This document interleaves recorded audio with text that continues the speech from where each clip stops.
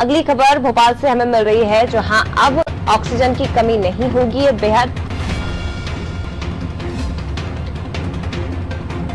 माफ करिएगा, भोपाल से ये खबर जहां सीटों पर नाम तय हो गए हैं। आगर में 3 चेहरे और सीटों पर नाम तय हो चुके हैं। उपचुनाव को लेकर सियासत तेज, भाजपा 4 सीटों पर नाम तय। आगर में 3 चेहरे, इसके साथ ही 22 सीटों पर कांग्रेस से भाजपा में नेता ही संभावित प्रत्याशी।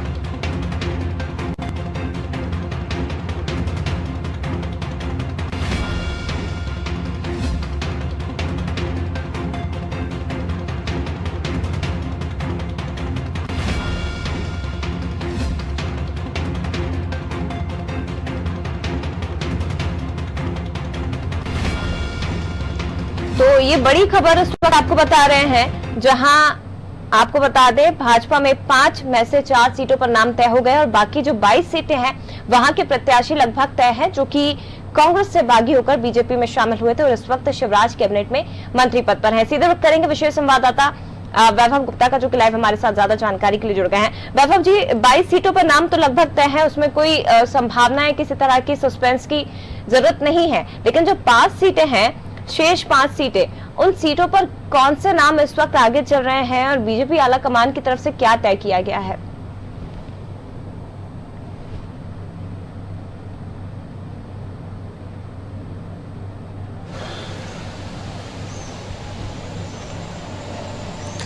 जया, आपसे कुछ दिन पहले जरूर खबर आई थी कि कुछ सीटों पर सिंधिया समर्थित जो कि पूर्व विधायक है वो चुनाव लड़ना नहीं चाहते, क्योंकि जनता के बीच में नाराजगी है कि आपने कैसे इस तरह से, हमने जिसको मताधिकार का प्रयोग करके आपको विधायक बनाया था, लेकिन आपने पार्टी बदल ली और हमने जिसे वोट नहीं दिया था वो पार्टी सत्ता में आ गई। लेकिन इसके बावजूद तस्वीर बिल्कुल स्पष्ट हो चुकी है। बीजेपी की जो सोर्सेस है उनसे जो जानकारी मिली है कि ज्योतिरादित्य सिंधिया के साथ बीजेपी में शामिल होने वाले 22 पूर्व विधायकों को बीजेपी टिकट देगी, तो वहां पर स्थिति स्पष्ट हो जाती है। 27 विधानसभा सीटों पर उपचुनाव होने हैं, उसके बाद 5 सीटें बच जाती हैं। 5 सीटों में से 3 सीटें ऐसी हैं जहां से कांग्रेस के जो विधायक थे उन्होंने पार्टी छोड़कर बीजेपी का दामन थामा है, तो वहां पर भी उपचुनाव होने हैं। तो वहां पर भी जो कांग्रेस के समर्थक थे जो बीजेपी में आए हैं उनको ही टिकट दिया जाएगा। ये वो सीटें हैं बड़ा मलेरा से प्रद्युमन सिंह लोधी, जो कि कांग्रेस का दामन छोड़ के बीजेपी में शामिल हुए, जिनको बीजेपी ने राज्य मंत्री का दर्जा दिया। इसके साथ ही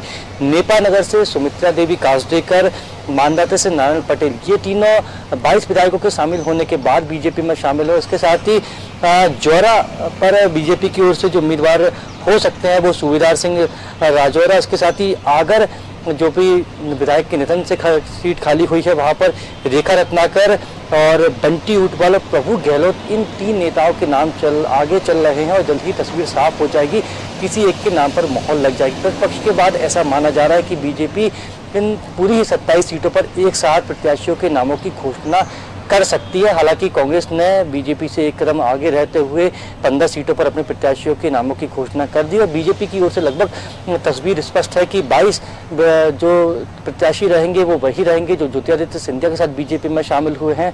इसके साथ ही बाकी की जो 5 में से जो 3 सीटें हैं वहाँ पर जो कांग्रेस के विधायक थे जो कि बीजेपी में शामिल हो गए उन्हीं को टिकट दिया जाएगा। इसके साथ ही 2 सीटें जो विधायकों के निधन से खाली हुई हैं वहाँ पर बीजेपी के ओर से लगभग सभी नामों पर चर्चा हो चुकी है और सिंगल पैनल जो नाम आए हैं उनको ही प्रत्याशी बनाया जाएगा।